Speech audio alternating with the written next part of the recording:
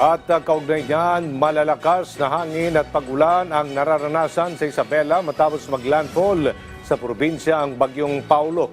Una rito nagpatupad na ng preemptive evacuation ng ilang mga lokal na pamahalaan. Si Mary Joy Javier ng Philippine Information Agency, Cagayan Valley sa report.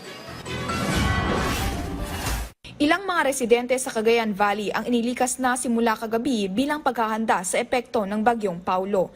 Malakas na hangin at pabugso-bugsong malakas na buhos ng ulan ang nararanasan ngayon sa ilang probinsya ng Cagayan Valley, partikular na ang Isabela.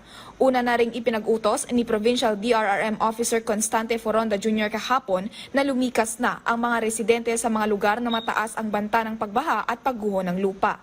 Sa bayan ng Divilacan, nasa 43 pamilya o 148 individual na ang nailikas, habang sa Dinapigue naman ay 110 families o 357 individual na ang inilipat sa mga evacuation center. Kasalukuyan na ring nagsasagawa ng evacuation ang lokal na pamahalaan ng Palanan, Isabela sa mga apektado ng bagyo. Kasabay nito, patuloy naman na nagsasagawa ng inspeksyon ang mga opisyal sa mga evacuation center upang tiyakin ang kaligtasan, kahandaan at kapakanan ng mga evacuees.